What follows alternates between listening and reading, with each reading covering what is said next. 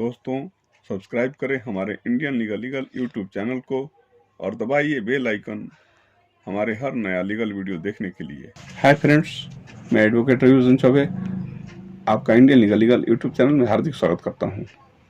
आज का विषय है महिलाओं के कानूनी अधिकार और महिलाओं की सुरक्षा हेतु कुछ महत्वपूर्ण कानून तथा उस कानून पर सुप्रीम कोर्ट के महत्वपूर्ण फैसला क्या क्या है जो हर एक महिला को उसकी जानकारी होनी चाहिए, ताकि महिलाओं के संकट के क्षण में तथा महिलाओं को अपने हित में कैसे और किस प्रकार से उसका उपयोग में ला सकें।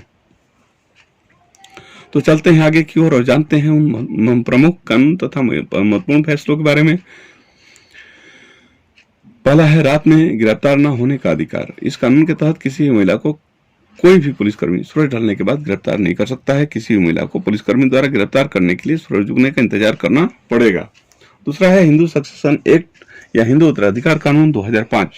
यह कानून महिलाओं के लिए सबसे ज्यादा जरूरी तथा ऐतिहासिक कानून।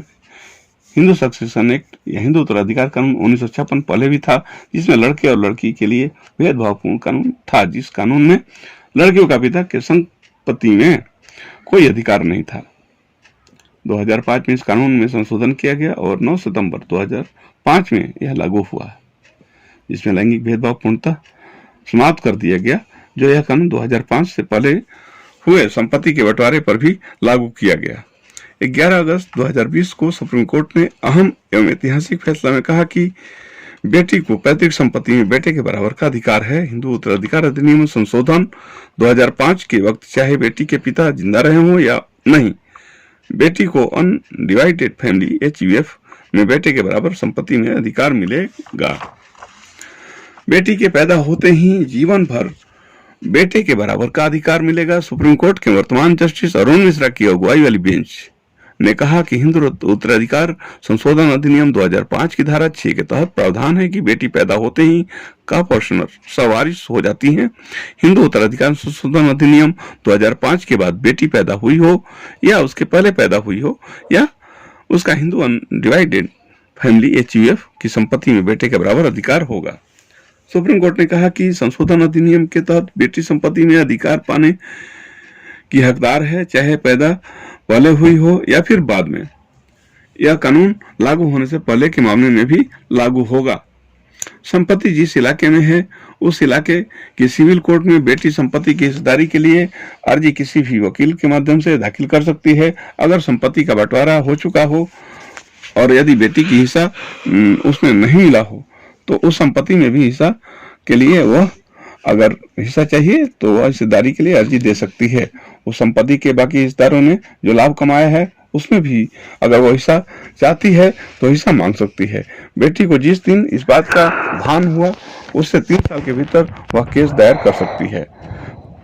तीसरा प्रमुख जो है कानून यह है POSH the sexual harassment of women act, workplace prevention prohibition and redressal benefit act 2013। POSH कार्यस्थल पर किसी प्रकार की यौन हिंसा और प्रताड़ना से स्त्रियों को कानूनी सुरक्षा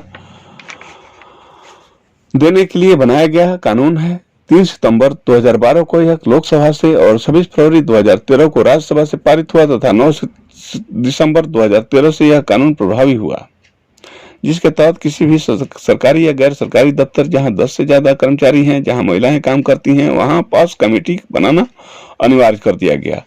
यह कानून विशाखा गाइडलाइंस से आगे का कदम है, जो इस गाइडलाइंस के निर्देशों को एक कानून का रूप देकर उसका अनुपालन को सुनिश्चित करने के लिए बनाया गया है। सुप्रीम कोर्ट 1997 में एक work place sexual harassment case के बाद स्वतः संज्ञान लेते हुए यह गाइडलाइन जारी की थी। वह केस भवानी देवी का था, जो एक NGO में काम करती थी।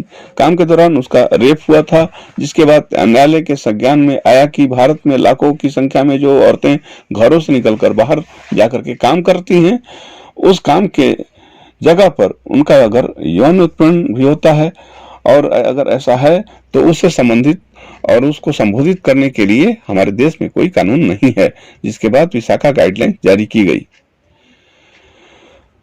अगला प्रमुख जो कानून है protection of women from domestic violence act DV act 2005 है, जो बहू को ससुराल में रहने का अधिकार भी देता है। सुप्रीम कोर्ट ने 15 अक्टूबर 2020 को एक अहम और ऐतिहासिक फैसला दिया, जिसमें बहू को ससुराल में रहने का अधिकार दिया गया, जो डोमेस्टिक वायलेंस डीवी एक्ट के तहत दिए गए प्रावधानों की सुप्रीम कोर्ट के ने व्याख्या की और कहा कि बहू अगर घर में रह चुकी है या रह रही है तो उसे वहां डीवी एक्ट के तहत रहने का अधिकार है। दरअसल 26 अक्टूबर 2006 को यह कानून भारत में लागू हुआ, जिसका उद्देश्य हर प्रकार की घरेलू हिंसा से महिलाओं की रक्षा करने का था। नेशनल फैमिली हेल्थ सर्वे से लेकर यूएन और विश्व स्वास्थ्य संगठन के आंकड़े बार बार यह हमें आगाह कर रहे थे कि भारत में 70% घरों के अंदर घरेलू हिंसा की शिकार हैं और सिर्फ 10% महिलाएं उस हिंसा की शिकायत करती हैं। भारत में कोई ऐसा कानून नहीं था जो घरों के भीतर महिलाओं की सुरक्षा सुनिश्चित करता हो।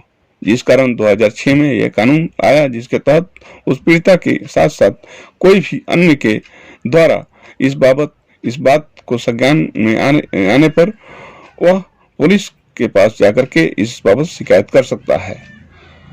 अगला प्रमुख कानून यह है डाउरी प्रोहिबिशन एक्ट 1961। भारत में दहेज प्रथा कानूनन अपराध घोषित करने के लिए डाउरी प्रोहिबिशन एक्ट या दहेज निषेध अधिनियम 1961 लागू हुआ, जिसके अनुसार दहेज लेना देना दोनों ही जुर्म है, जिसके लिए 5 वर्ष की कैद या 15,000 रुपये का जुर्माना हो सकेगा।